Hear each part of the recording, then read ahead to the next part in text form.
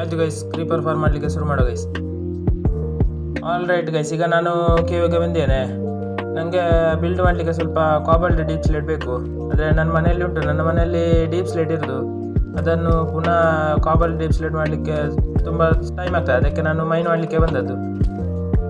ತುಂಬ deep slate ಬೇಕಾಗ್ತದೆ, ಮತ್ತು ತುಂಬ ಬಿಲ್ಡ್ ಮಾಡಲಿಕ್ಕೆಲ್ಲ ಬೇಕು ತುಂಬ. ಹಾಗೆ ತುಂಬ ಈಗ ಮೈನಿಂಗ್ ಮಾಡೋ ಗೈಸ್.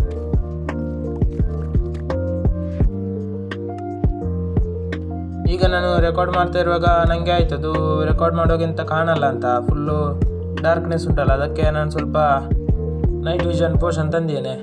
ಆಯಿತು ಗೈಸ್, ಈಗ ನೈಟ್ ವಿಷನ್ ಪೋಷನ್ ಕುಡಿಯುವ. ತುಂಬ ಲ್ಯಾಗ್ ಆಗ್ತಾ ಉಂಟು. ಇದು ಒಂದು ಇನ್ವೆಂಟ್ರಿಯಿಂದ ಹೊರಗಡೆ ತಂದರೂ ತುಂಬ ಹೊತ್ತು ತಗೊಂಡಿತ್ತು.